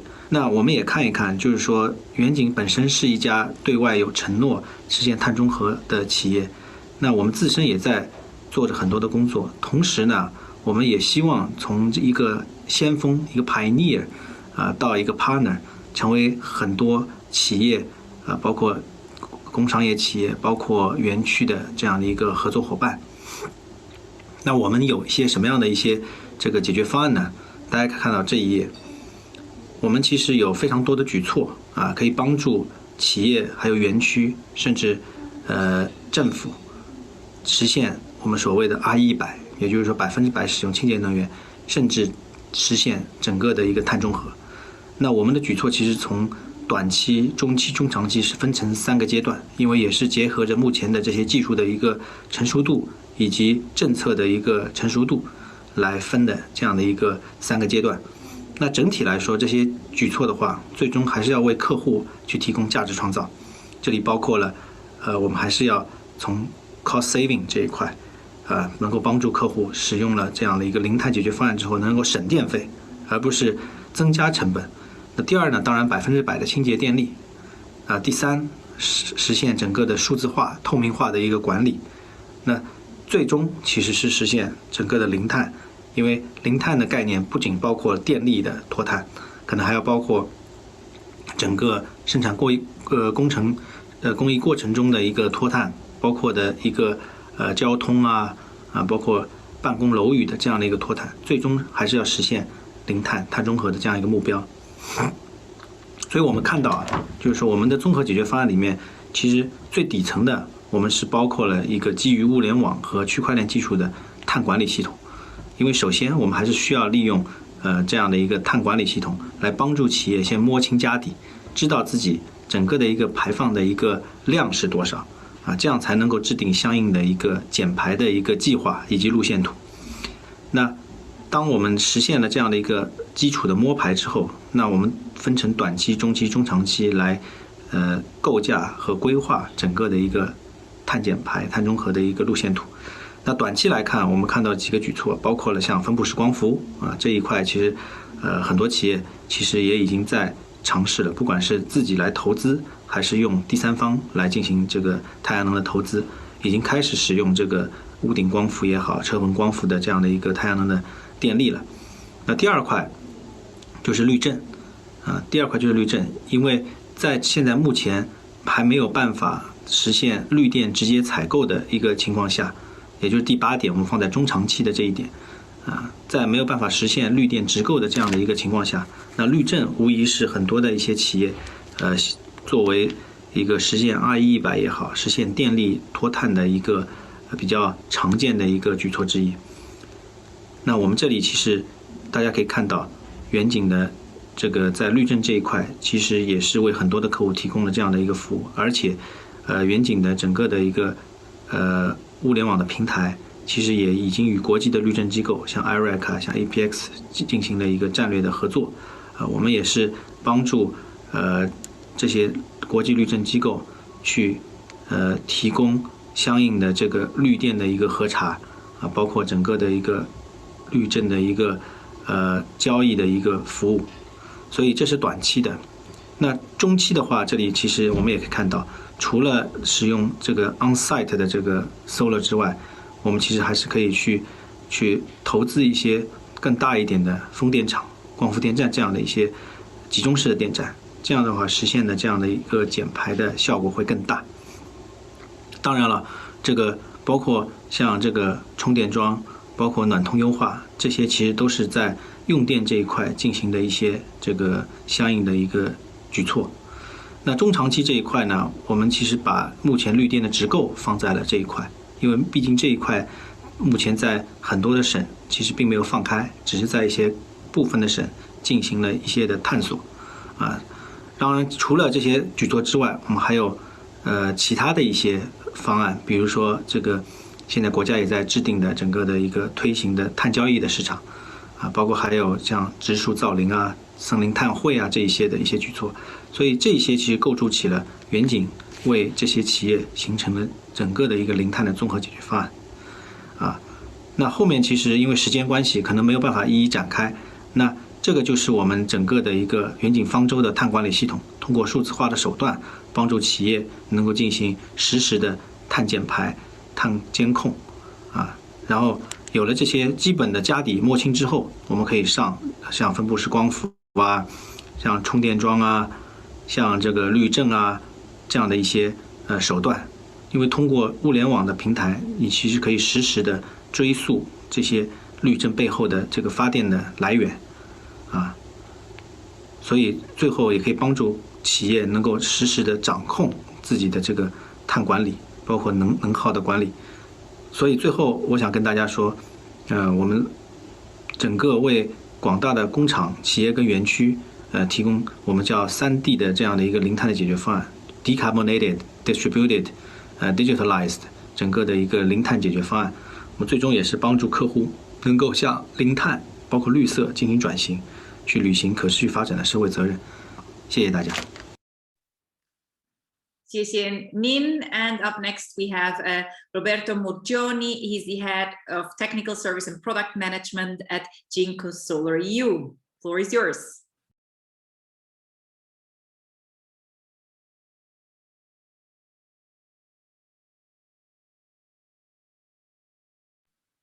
Roberto, the floor is yours. Yes, we can hear you. Can you hear me? Yes. Okay, perfect. Let me just try to share my screen. Okay.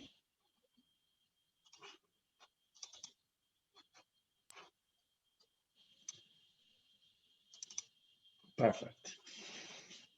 Well, this is Roberto Murgioni. Happy to be here. Thank you for the invitation. I am the head of product management team in Europe, responsible for the product development. And today, it will be my pleasure to explore with you the new trends in terms of technology of PV panels. Let me give you a short introduction about Jinko Solar. We delivered in the market, which is a very important number, 70 gigawatts, globally speaking. We have a market share of 13%. And I'm proud to say that technology finally is really running fast in solar, speaking about mass production. And we have a cell efficiency record of 24.91%. We have 11 global factories and still expanding in order to achieve 30 gigawatts annual production of PV panels. Well, this is one of the most important slides on how the technology is really running fast in solar. And I mean, since 2018, when the monoPERC cells took completely the whole scenario and technology, is really moving on the efficiency direction. And we are moving now with a new concept, which is not anymore P-based cells, but N-type cells. And this is all about this presentation. What is N-type? Why N-type will affect strongly the new technology in PV panels? So speaking about cell efficiency, if we just check the difference between PERC technology and TOPCon technology based on N-type, we see that basically N-type is much more promising in terms of efficiency, high level we can achieve in the next year. And we can see here the different levels on the green line and on the black line on how TOPCon will take the lead in terms of technology.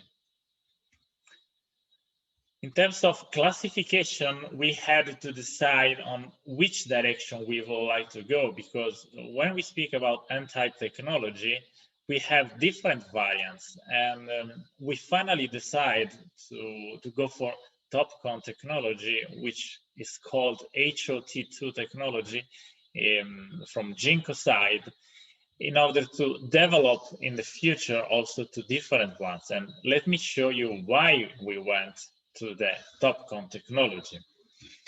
Well, we call it HOT2, and it's basically because we can control much better the quality production, we can achieve higher level of efficiency, and between the two technology, we have also to admit that the cost on the mass production is much more sustainable, and sustainability is very, very important. So looking at the two different conversion efficiency, we see in 2015 that already TOPCon can achieve higher levels. And that's why our R&D is now ready to strongly improve TOPCon to HOT2, and we recently also launched the new products based on the new technology. So we are ready for the new technology with mass production. And the performances in mass production are here quite impressive, and you can see absolutely the difference. And N-type HOT2 passivated contacts are expected to achieve 25.5% in terms of efficiency, and which is key to highlight. We're speaking about not laboratory, but mass production efficiency. The modules technology with N-type are actually different one. Let me just give you a brief overview on the three main, most important developments on the technology side from JinkoSolar. And well, from the multi-busbars technology, we are moving from the whole concept of 4 or 5 multi-busbars to 10 multi-busbars for cells in order to improve the electricity conduction inside of the cells. We are also using reflecting coating inside of the modules in order to increase the reflection of the light inside of the cells. Nevertheless, we also launched recently a Tilling ribbon technology. Tilling ribbon technology completely eliminated the gap between the cells, increasing the active area and removing the passive area, and then increasing also the thermal mitigation effect, which is a good benefit, and also increases the efficiency because we reduce the area of the module itself. Then, summarizing, well, the mass production limitation of HIT compared to TOPCon made the huge difference for us in selecting TOPCon and HOT2 technology. So the main benefits are mostly, let me say, that we can really control all the quality and vertical production chain of the TOPCon solution, and we can deliver a much more reliable product to the market. In terms of technical superiority, because it's not only a matter of cost, but also with HOT2 technology and the tunneling oxide, we can produce right now products with 24.15 efficiency for N-type. We have reached one of the lowest operating temperature in the market, which is minus 0.34, which is the response of the panel to the temperature. Which is here. Yes. And that's the product portfolio we are now ready to deliver, targeting basically premium, let me say, residential market. And one of the most important advantages is that we removed LID, which means that the power warranty, which will be not 2% the first year degradation, but only 1%. And we increase the product warranty for the black backsheet to 25 years, which is a very, very big achievement. So finalizing, the mix of all technologies can increase the efficiency, the reliability, and the warranty. Because by providing a lower degradation, we can increase the energy yield of the final PV plant, which is a big achievement. And we will target to develop more N-type and decrease the LCOE in the market of PV solar. And that's, thank you. That's all. Thank you. Thank you very much. Perfect timing there. And we move to our next presentation by Peter Rötlisberger. He is COO of Solaccess, which is also a Watt D'Or winner. The floor is yours. So, thank you so much. I hope you can see my presentation. You need to share your screen, or? I did basically try to share my screen. I do it once again. We see you, we hear you, but we don't see a presentation yet. That's bad. Is it better now? No. Otherwise, can you take over the presentation? Otherwise, we lose a lot of time. Okay. Yes, now we have it here. It's coming. Okay. Good. We have it. So, okay, cool. So thanks very much for having me here.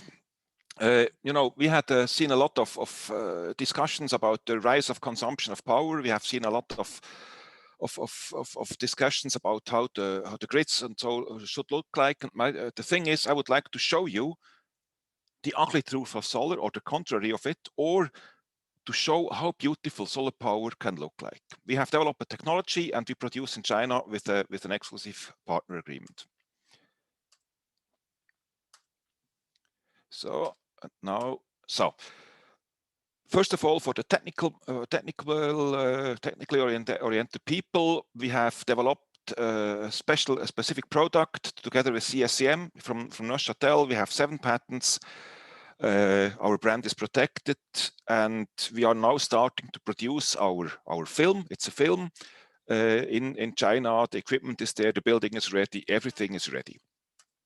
So basically, for the PV people, we are currently producing a colored interlayer, which can be totally integrated into the PV module. And the good thing is, you don't see anything about PV anymore.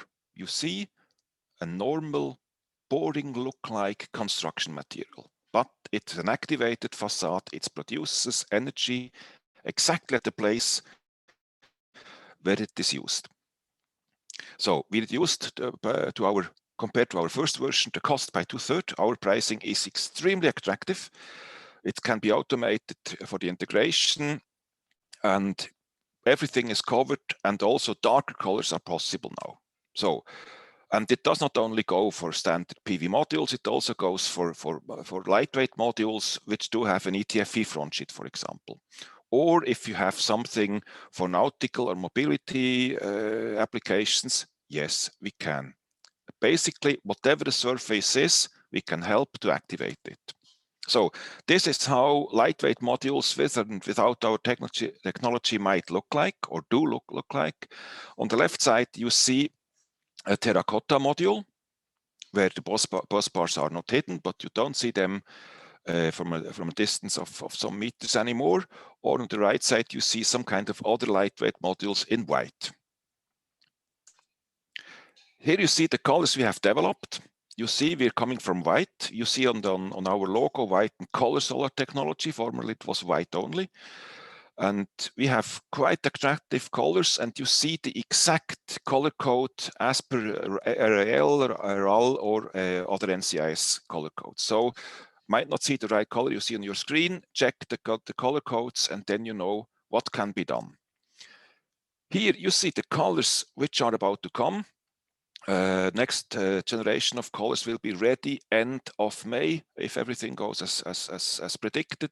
So we are ready to go, and we are sure that these are the colors the globe needs to have. And if not, yes, we can. If you have a specific color, yes, we can copy it. Just tell us. This is one of the slides I really love, because we are really at the beginning of BIPV.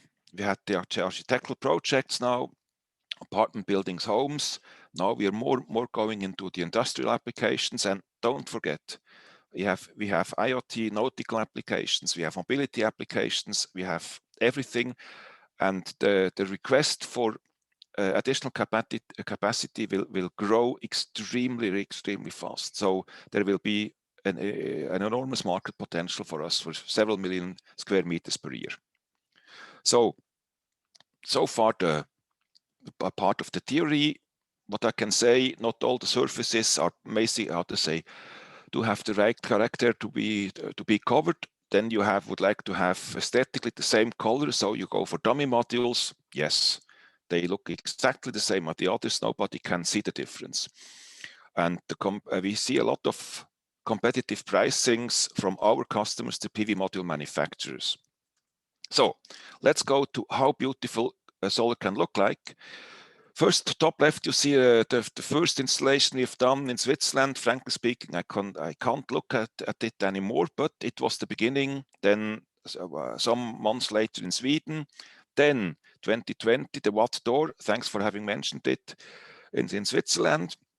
Then we have one of the first installations in Kuzhou in China, 2020. There are 3 more done in meantime, I know, but they are not, how to say, ready for publication yet, but they are done in terracotta color and in gray and in white. So this is one of the last projects we have realized in Zurich, in the heart of Switzerland. And you see, this is a protected building, 800 square meters, will be announced soon. So, and you see there are dummy modules, there are activated modules, and you don't see any difference. And the building looks exactly the same as it did before. Then there is an ongoing installation in Denmark in white, a designer villa of a very, very famous architect, and completed now. We're waiting for better weather and the drone to making beautiful pictures to be shown to you. Then we have a lot of ongoing projects in Finland, in India, in China, and several ones in Germany, Switzerland, South Korea, and in China again. And we are going to get a huge order for about 10,000 square meters for a project in Switzerland, which will be realized next year. So we are working together with our friends from Microquanta. So that means if you are from China, then please, you can contact us. You can directly contact our friends. We have a headquarter in Guangzhou, and we produce our film as well as the final modules in Kuzhou, a new place, beautiful management. And you can see here, the production line is ready for your modules, and our production line is ready for the films of our customers, the PV module manufacturers. So if you see solar, thank you. If you see solar or think about solar, think about color. Don't think black. So last slide, the decarbonization of mobility and heating systems will increase the need of electricity. Electricity needs to be produced as close to the place where it is consumed, and we meet the requirements of sustainable and pleasant cities. Thanks a lot. I'm in time. Nobody has to catch my time. Thank you. That's done. Thank you very much, Peter Rüdlisberger. And we go to the last industry presentation by today's Vici, delegate for sustainable digitalization at Swisscom, and is also a Watt-door winner. Yes, hello everybody. Can you see and hear me? Yes, we can. Okay, still have to get to my presentation here on my screen. Can you see my presentation as well? Not yet. Not yet. Okay, then I have to press the button of sharing again. Swiss Next China has, try to share again. Can you see it now? Yes. Okay, yes. Perfect. Okay, so very warm welcome from myself. Hope you still have the time to listen to my speech, even though it's shortly before lunchtime. I'm working in the sustainability department of Swisscom.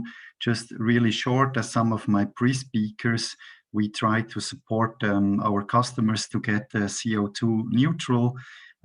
So we call ourselves CO2 positive, and we've received some awards of the most sustainable telecom company of the world last year, for instance, by Boston Consulting Group, Sustainalytics, or World Finance. So we're working hard on the topic of sustainability. And what I'm focusing now on is a data center we've built some years ago, which received also the Watt door. And when we started planning that data center, there were lots of requirements we had to meet. So we were faced with a growing demand of data, of ICT capacity, with more performance in the racks, in the technology, growing performance, and also power consumption per rack, and then a very high availability that is requested from data centers as well, and as high safety and energy efficiency. And we met these requirements with the data center on the left picture that was built in Wankdorf near the city of Bern in Switzerland.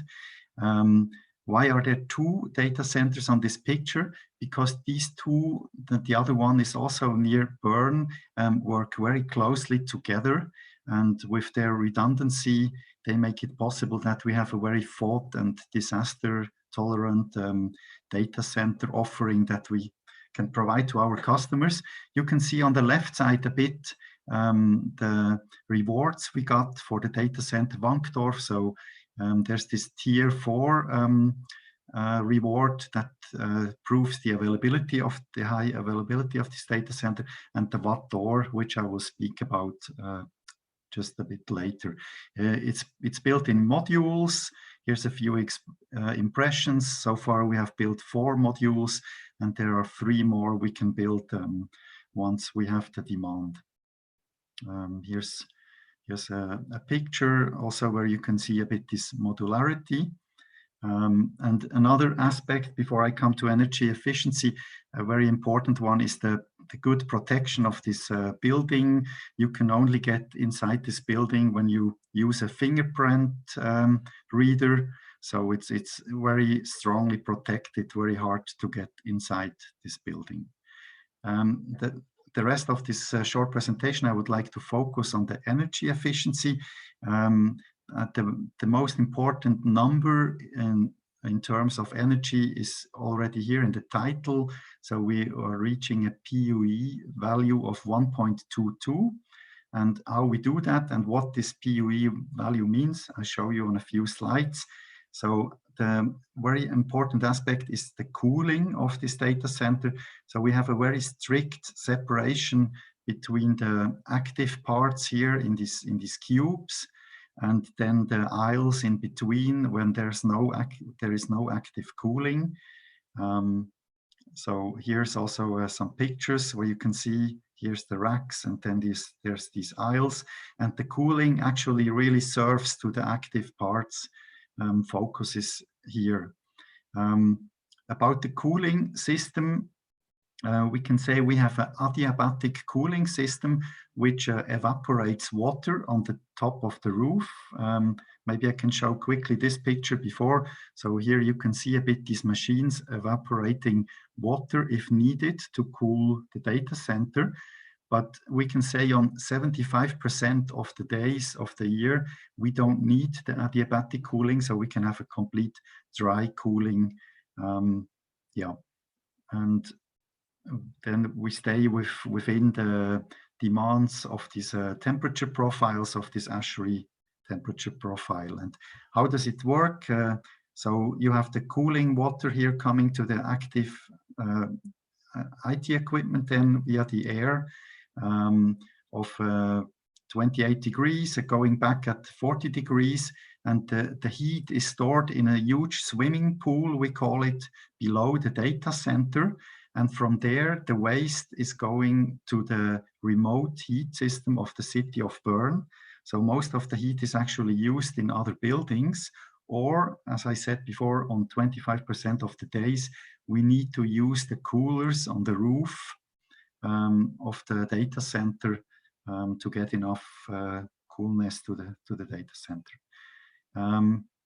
Yeah, what else belongs to the energy efficiency besides the cooling? It's the electricity supply, which is an important factor. So we have a kinetic energy storage always running and using also a little bit of the energy. And if needed, if there would be an electricity outage, there's a diesel aggregate that could be turned on, but the first few seconds will be covered by this kinetic energy storage. To summarize the energy efficiency, you can see a POE value of 1.22 means that around 85% of all electricity really goes to the IT equipment, and only these around 15% in total are used for the cooling, for the moving of the air, for the electricity supply, and a little bit for the lighting.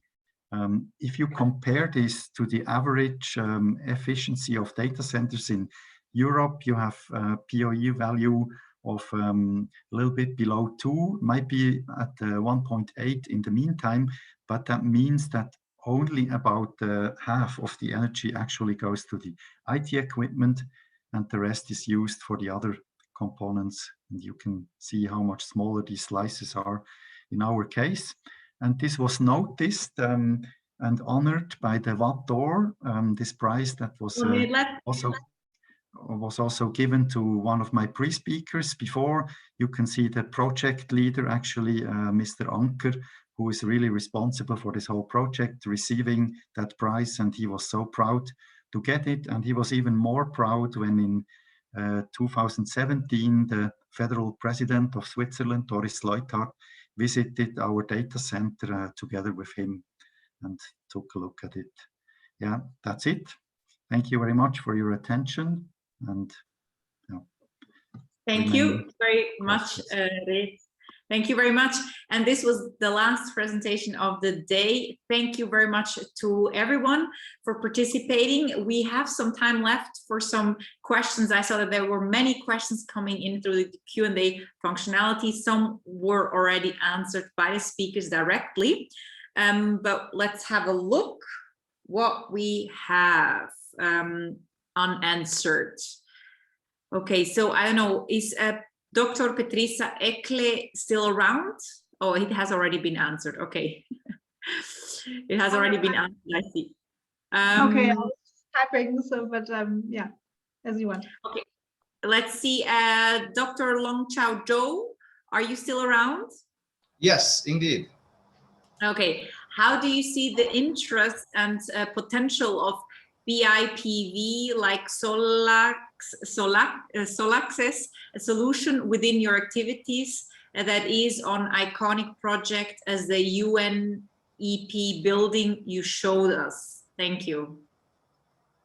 You mean the interest of the Chinese market to make more this kind of products? To be sure of your question. Yeah, well, the question is not mine. So the interest and potential of BIPV, like Solax's solution, Solax's was another presentation within your activities and the UNEP building you've showed. Yes, I think the integration of the PV to the buildings is definitely just one of just our priority activities in the future years, in next years, because with this carbon neutral targets, we are indeed just thinking about developing more zero emission, just industrial parks, or even just cities, just in the Chinese background. So the BIPV will play definitely a very important role, and our experience in the UNEP just project, SUC project in Hangzhou, has given us just some experience, and we are really willing to upgrade, this past experience and to work together with some relevant, Swiss partners, possibly. Thank you. Thank you very much. Then Insolite, are you around? I have two questions for you very quickly. Absolutely, yes. Sorry, I was on mute. All good. Interesting application. What plants are most suitable to cultivate under your panels? Any samples? Yeah, so in Europe, we mostly focus on berries and soft fruits as they require shades. Of course, in China, the fruits are different, so we don't know yet which culture would be targeted. It depends on the climate and local conditions. Okay, and another person would be interested to hear about the interest in the Chinese market. Yes, so the agrivoltaic market is also very big in China. Companies like Tilson have made very big installations. We have not been able to explore much over the last 18 months with COVID, but the plan would be to go back and indeed explore carefully the Chinese market, as it's also a big topic there. Great. So glad to get in touch on that. Yes, exactly. Thank you very much. I'm going to take one more question if Professor Giardini is still around. I'm around. Okay, so we have a minute left. What proportion of the energy mix do you believe deep geothermics can generate for Switzerland? If you're talking about energy mix, is quite a lot in a sense that we are moving toward district heating very rapidly in several cities and cantons. In terms of energy storage, will also increase. So it's not only a structure, but storage, so injection in the summer and extraction in the winter.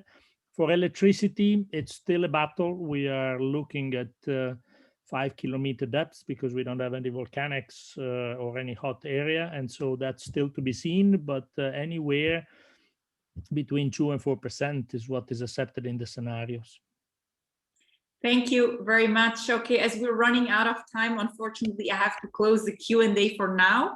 But if you have any questions, you can contact everyone directly through the participants booklet by scanning the QR code, and some questions will also be answered live.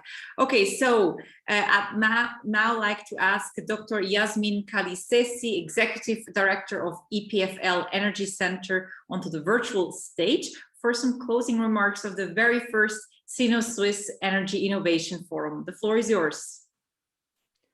Thank you very much. Can you see me? Can you hear me? Yes, we can. Yes, thank you. So thank you very much for the invitation. It's a great honor for me to close this forum. I've been listening to the 2 days, to all presentations, and I have a few thoughts about what we've heard yesterday and today. So the first thing is, of course, the challenges of transforming the energy system to sustainable ones and achieving carbon neutrality are huge. There are some common facts about that, common to all countries. We were reminded today of those by Eric Xier, like 80%, more than 80% of total CO2 emissions come from energy use. And if nothing is done, we will consume 40 times more energy by 2100 with respect to the 1900s. So everybody's facing the same challenges.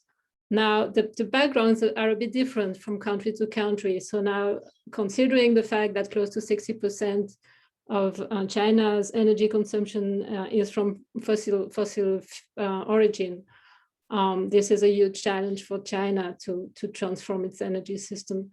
In Switzerland, we also have challenges. We have a bit more renewable energy in our budget, but when thinking also of removing carbon from the system, and carbon capture and storage in Switzerland is also something that will challenge us in the future.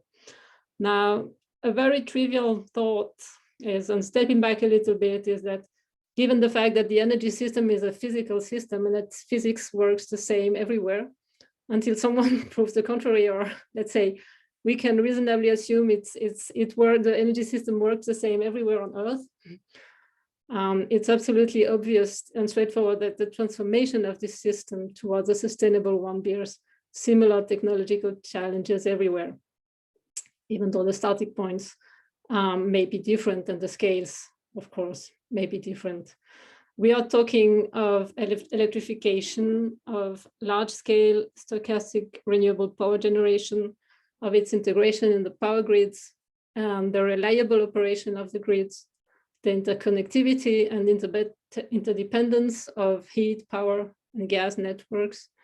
We are talking of decentralization, flexibility, like in the operation of future hydropower plants. We are talking about large-scale storage capacity, digitalization, intelligent management and operation of grids. And finally, we're also talking about efficiency at all times and geographical scales and all levels of energy grids. So these are common challenges, I think, for China and Switzerland and for the rest of the world. And these also bring lots of opportunities for collaboration, and diversity makes it worthwhile working together and learning from each other. Now, I visited China 1.5 years ago with my EPFL colleagues, and I have to say I was very much impressed by its decision and investment power. And of course, this generates also a huge innovation power. So this impression has been more than confirmed with this forum. There were amazing projects that were presented to us. I'd like to cite one or two of them. For instance, yesterday we heard about southern China's high voltage DC transmission lines. And I'd like to cite a few words from a press release I found on the website just this morning. So it's a press release from December 29th, I think last year.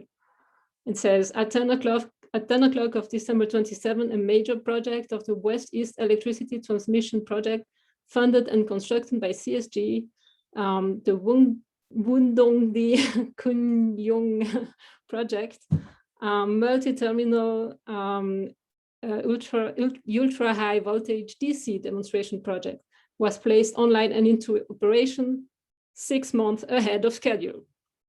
The main artery of Wundong hydropower station and world's 7th largest hydropower station transmits adequate power to load centers in Guangdong and Guangxi from Yunnan, extending throughout 1,452 kilometers of mountains and rivers with a transmission capacity of 8 gigawatts. So this is something China wanted, and China did it. The DC transmission line over more than 1,000 kilometers. I would also like to cite a 100 million euro national innovation platform for energy storage that was mentioned yesterday by Li Gang at NCPU, NCPU University. Now, Switzerland, of course, also is capable of great things. I'd like to mention the impressive efforts led by the Swiss Federal Railway company, SBB, to deal with an expected increase of demand for energy on our national railway power grid by 25% by 2030, and at peak times, even up to 40% more electricity requested by 2030 on the national railway grid. So they decided to invest in efficiency and power management rather than in more power plants and infrastructure. And they're achieving peak shaving with those measures without anybody noticing it, just, for instance, switching off the heaters on the train cars for a short duration of time. What I could gather also from the program was that it seems that strengths in Switzerland are quite a lot with scenario modeling and system optimization and planning of infrastructure and models and numerical models. We also are good in some hardware things like developing perovskite solar cells, solar technology, solar hydrogen generation, renewable energy harvesting, and efficiency devices and strategies. So I believe this forum provided many opportunities to learn from each other, to work with each other. So I would encourage you to continue the thoughts and ideas or pursue the ideas that were that might have arisen from this forum, and have a look at the booklet and contact the people directly or through SwissNet China. As a follow-up, we have a few initiatives that were already conveyed to us, like the ETH Zurich has indicated its interest to hold a workshop after the forum. There is also a cooperation proposal by the Swiss Center for Sustainable Development. And I'd also like to mention the EU Project Innovation Center in Chengdu. This is the only EU Project Innovation Center in China that's supported by the EU DG Commission. And they also already have cooperation projects with a Chinese company in new energy and hydrogen energy industrial park. So this would be all from my side. Thank you very much. Thank you. Very much, Dr. Karalisesi, for your closing remarks. And thank you, everyone, for participating in the very first Sino-Swiss Energy Innovation Forum. That was it of the day. We hope that sound collaboration will result from this forum. So please make good use of the comprehensive participants booklet with all the contacts. On behalf of all the organizers, thank you very much. Have a nice day. Goodbye and 再见.